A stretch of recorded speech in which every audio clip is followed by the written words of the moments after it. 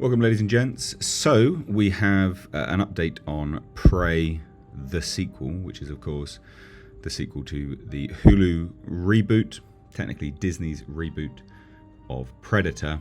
And I say reboot very, very lightly. It is, well, it's just a prequel, basically. So Prey star Amber Midthunder, who was fantastic in the film, appears to confirm plans for a sequel to...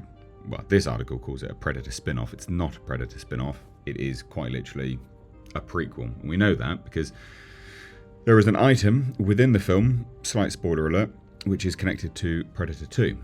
So this is interesting anyway. This seems to confirm a previous video which I did recently, which is Hulu pays big bucks for the distribution rights to films. Now, I covered that when I spoke about the Hellraiser franchise. So this seems to confirm that. Now, there's a slight discrepancy here to a certain regard, is that, of course, you have the likes of Disney who own, a majority share in Hulu, but it's a similar situation with respect to the Hellraiser franchise. That was done by 20th Century Studios as well. So, anyway, slight tangent, but it's just to confirm that essentially I was right in that. So, this is interesting. They set up a sequel anyway, so it wasn't a huge surprise that they're now discussing a sequel a little bit more seriously. That was a given, I thought, anyway. The film did relatively well enough, was received well enough that this was obviously going to happen. So the article in question here states, Prey was a hit when it launched on Hulu last July.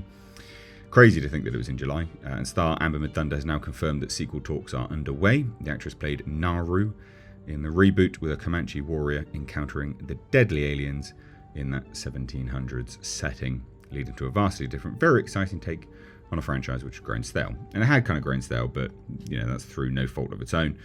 It is the unfortunate nature of dealing with franchises and people with just ridiculous takes on it. So this is all at the Critics' Choice Awards. I'm not going to play it, but this is, it was an excerpt from Variety. So the Critics' Choice Awards, Prey's lead star made it clear that while she can't officially confirm anything at this stage, she's very confident a follow-up is on the way, by saying the following: "I don't have a date for you. This is not an announcement, but I'm not saying it is not. We talk all the time about a lot of things, and that's probably one. I'm ready. I love that experience. I love that movie, and I would be happy to, see where else we can take it." Which, they had already stated in the end credits of the film where they were going to take it. It looked essentially like a full-blown invasion, but there's a few things to consider here. Is that the closing credits and the sort of Comanche-based art that they showed to represent what had happened, or what was going to happen, could simply be a case of what has happened, and this sequel could pick up after those events. It's not necessary to follow on exactly directly what was in the artwork. Now, that would be better, of course. That would be a take which I think most people would want to watch, and even this article kind of points that out. They say, the end credits pointed to Naru's tribe going to war with an entire army of invading predators. So it's possible we'll follow that or jump ahead a few years. I think if the problems lie actually predominantly if they do jump ahead too much, because if they don't show an actual war, then you've got problems to explain exactly how that ended in their favor, which unfortunate nature of the franchise is that it would have ended in the humans' favor, which does create some problems. Because, of course, a highly advanced alien species with super predator technology, it can be a bit difficult to justify them losing an all-out war against a bunch of, Native Americans, Comanche. So this is interesting. Now, in terms of a sequel and that actually happening, I think this is always going to happen anyway. I don't see why it wouldn't have happened. Again, it was received well enough. And they would be talking about it. This is kind of pre-production stages. It was interesting anyway, because at the time of this film's release, Dan Trachtenberg, the director, had already stated that he'd sort of essentially pitched sequels as it were. But he was happy just to make a singular film, but with the talk and the potential for sequels. So this is just confirming that. I don't see why they wouldn't do a sequel to this film. It was received well enough. It would obviously have been purchased with enough of a price tag in mind that Disney, who now own 20th Century Studios, aka 20th Century Fox, would have cleared the out-and-out fees for this film. I don't think the film's budget had ever been revealed, but it would have been bought for enough money to clear that budget and then some. So this is good. This is kind of what I think a lot of people want.